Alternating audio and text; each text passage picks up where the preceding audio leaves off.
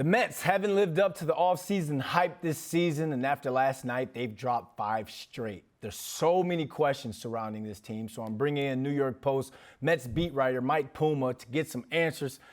Mike, let's start with the pitching. Max Scherzer did a decent job last night, but clearly it wasn't good enough. Is this team good enough to overcome less than perfect pitching performances? Well, right now they aren't. They're getting into that zone where if they give up 4 or 5 runs a game, they're cooked because the offense isn't there to bring them back. Now, last night Scherzer was mowing him down. He had 10 strikeouts, but Buck Showalter tried to get him through the 6th because that bullpen's been overextended, and the move backfired. Scherzer gave up a couple of runs, and then the Mets lost the game late in the 8th inning. But, right now, if they aren't getting the type of performance where their pitcher gives up 1 or 2 runs, it's been problematic. Well, let's talk about that offense because Pete Alonso has been that offense, and he left the game with a wrist injury. So what's the latest on Pete, and how much will this team miss his bat and his offense? Well, the good news is the initial X-rays last night were negative. They're calling it a contusion to the left wrist after he got drilled by Charlie Morton in the 1st inning. But we'll see. He's due to undergo further testing today.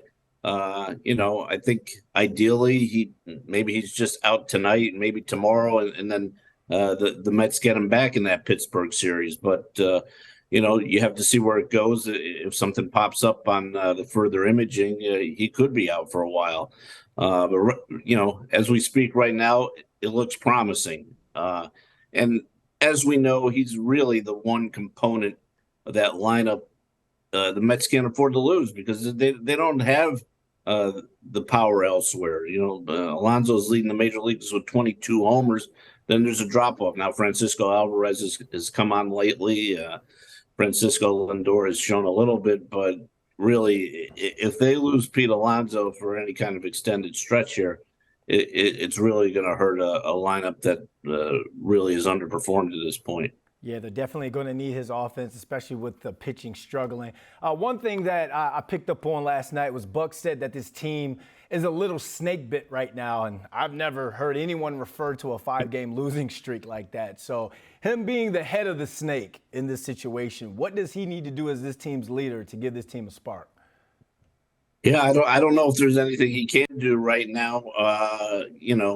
Maybe they have a team meeting or something like that. But I'm not a big believer that really does much of anything. The one thing you look at, he keeps putting Daniel Vogelback in the DH spot, trying to get Vogelback going, and it hasn't worked. He's in a horrific slump here over these last several weeks. So, maybe one thing would be to give Vogelback some downtime here to try and figure it out and do some different things with that DH spot, whether it's putting the rookie Mark Vientos in there for a little bit of an extended stretch and seeing what he can do, or getting some of the other veterans involved, whether it's Tommy Pham or Eduardo Escobar, something like that. But, right now the Vogelback situation is not working out for the Mets. So, but that's only one of the problems. The guys like McNeil, Lindor, Starling Marte aren't hitting, but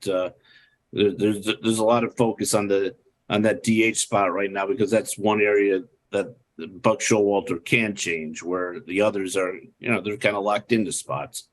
Coaches coach, players play. Players need to step up. They wrap up that series tonight against the Braves. Mike, thanks for joining us. Thanks for having me.